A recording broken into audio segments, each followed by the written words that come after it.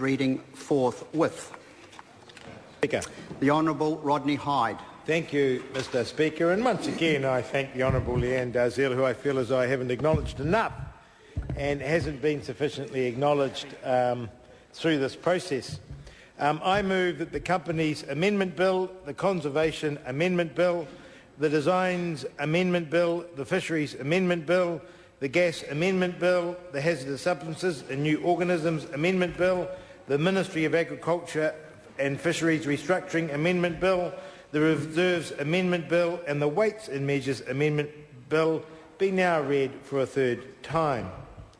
Mr Speaker, until the Committee of the Whole stage, these amendments were progressed through the Regulatory Improvement Omnibus Bill. The amendments to the following acts were identified during the Quality Regulation Review, which was undertaken by the previous government in 2006 and 2007. Taken together, these 9 bills will improve the regulatory framework and reduce the compliance burden on business. I consider bills such as this a good use of the House's time, as considering small regulatory amendments to an omnibus bill is an efficient approach to removing minor legislative niggles, and again we have the Honourable Leanne Dalziel to thank for that. These 9 bills will result in the following changes. The changes to the Companies Act will reduce compliance costs and align the obligations for companies to appoint an auditor with the recent changes to the Financial Reporting Act. The amendments to the Conservation Act will reduce the cost and administrative burden on all parties involved in concessions provisions, ensuring an efficient, contestable process occurs, as well as assisting a wide range of businesses operating on public conservation land. The changes to the Designs Act will also ensure greater efficiency as well as effectiveness by allowing for the restoration of lapsed design registrations and abandoned design applications in circumstances where the lapse was as a result of an unintended failure to pay the renewal fee or to make the necessary application. The amendment to the Fisheries Act provides a common-sense solution to deal with situations whereby commercial fishers have inadvertently incurred deemed value debts. Now the Chief Executive of the Ministry of Fisheries can consider requests from commercial fishers for catch balancing relief, provided that set criteria are met.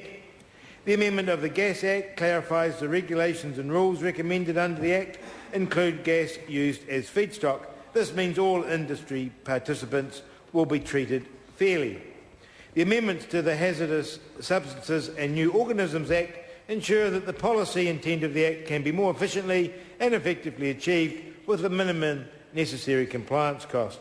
The HASNO amendments cover a range of different issues. They are to improve the functioning of the Environmental Risk Management Authority, for example by enhancing the ability to delegate routine decision-making, to reduce barriers to innovation by getting the balance right between the benefits of public participation and the associated costs and benefits, to improve the operation of test certification for high-risk hazardous substances, for example, so that businesses can continue to operate with conditional test certificates while completing the full regulatory requirements, to bring increased clarity to HASNO compliance and enforcement by improving alignment with other legislation, and to keep the HASNO regulations and other instruments up to date by allowing amendments and updates to material incorporated by reference to take effect by notification by the Minister or the authority to the Gazette.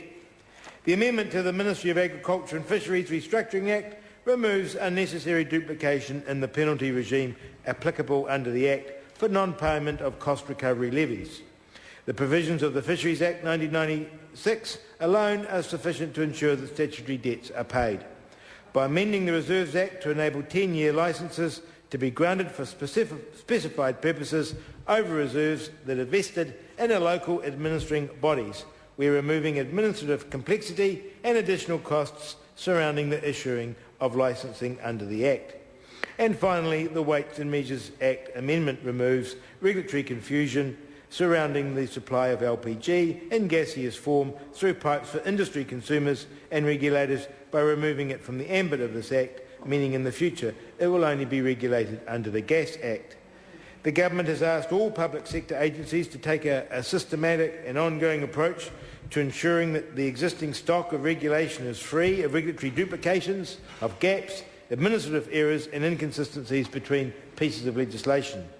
Therefore, I intend to bring before the House regular omnibus bills to remove small regulatory issues that are burdening New Zealand businesses as part of the government's commitment to an ongoing regulatory reform agenda. Mr Speaker, before finishing, I would like to thank the House and the Select Committee for the work they've did. Once again, if I haven't sufficiently acknowledged the Honourable Leanne Dalziel, I'd like to do that again.